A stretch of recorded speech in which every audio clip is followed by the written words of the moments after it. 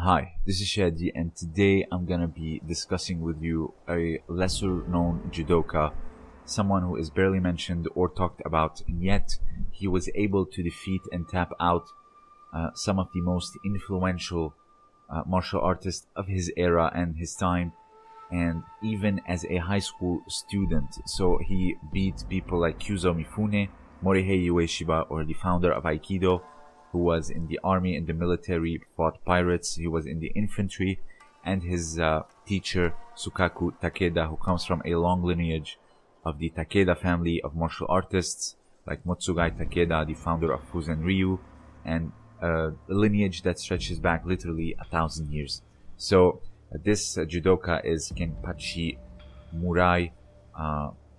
But before I start this video, I would like to thank all of you who leave these suggestions and leave these links as resources, especially those who are Japanese, because a lot of these articles, etc., are only found in the Japanese media, but thankfully they can be translated. So I really thank you for this, because we need to know about these lesser known judokas, that they have great feats of accomplishments. So Kenpachi Murai, he was born on November 8th, 1889. So he is in the generation of Kyuzo Mifune and Maeda.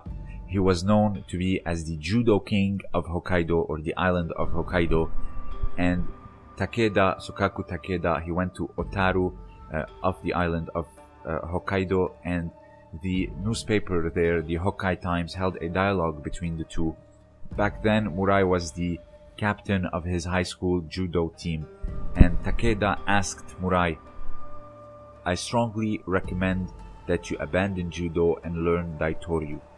Judo is just a dance, isn't it?" So obviously here he was provoking him. He wasn't being serious with his question. By the way, Takeda had a great reputation of going in dojos and beating up the professor or the sensei in order to take his students for the Daitoryu Jiu-Jitsu school. So here he was clearly trying to do the same. He was provoking the captain of the high school team. He was provoking the champion or the Judo King of Hokkaido. So this is what he was clearly trying to do. And Murai took the bait and issued a challenge on the spot. Takeda happily obliged, and as soon as the match started, Murai grabbed Takeda's rear lapel, pulled him down to the ground, and caught him in a hadakajime, or a front choke. And Takeda struggled to escape, but he was choked out unconscious. So here we find out, first of all, the effectiveness of judo, and two, the effectiveness of something called the kumi kata, the grip fighting. It was the grip fighting that got him to the ground and eventually led Murai to the choke. So the match lasted less than 15 seconds, and the news got out that Takeda, one of the most greatest martial artists of that era, was beaten by a high school student, and Daitoryu Aiki Jiu-Jitsu took a big blow. And they said with criticism, and I quote, "Daitoryu Aiki Jiu-Jitsu does not come close to judo." And immediately the news spread throughout Japan, and Daitoryu Aiki Jiu-Jitsu took a big hit, and even till this day is not as popular as these arts like judo or jiu-jitsu. So I'll leave the link, like I said, in the description for you to read about this incident. And reacting to this defeat, Takeda said, and I quote, "Any master can lose to an amateur if he's alert." I don't know what that means. So he says, "Listen to him silently and see him without a sight. It is the secret of Aiki to at first glance to win the opponent without fighting." It was quote unquote nariki. So I don't know, he was trying to give off this sage advice or sage lesson, win without fighting, etc. To me, it seems like he was trying to cover his humiliation and his defeat. So if anyone knows what this particular saying says, please share it down below. Now, moving on. Several years later, Murai visited Morihei Ueshiba's house to request a match. And Ueshiba, knowing how his teacher Takeda was defeated, he only suggested that he would go against him, but first he served him liquor and an expensive meal to entertain him. And later on, Ueshiba accepted the fight on one condition, that it would be a bojutsu, or the long staff, versus judo. So here, Ueshiba's tactic was basically to keep him at bay with the distance of the staff in order for him to prevail and beat Murai. So the match started.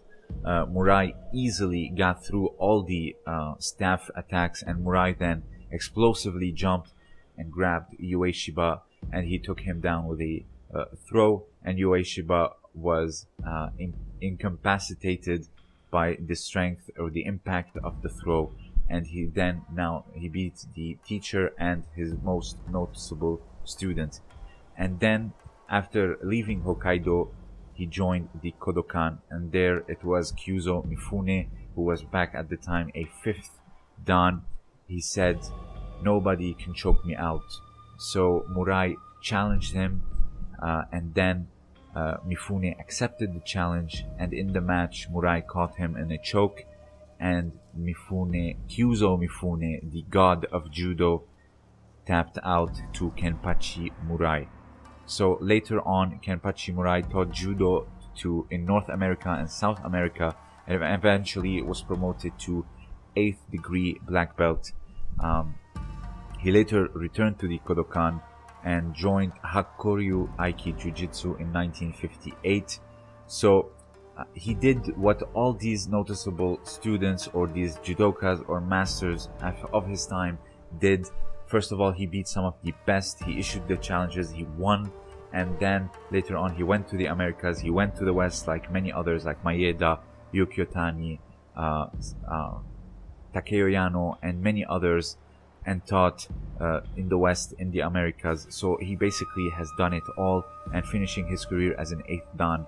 So this is something that's incredibly important and incredible, like the accomplishment to tap out Kyuzo Mifune, a 5th degree black belt, and Sokaku Takeda and Morihei Ueshiba, beating them like it's nothing and very easily and just so rapidly. It's just unbelievable.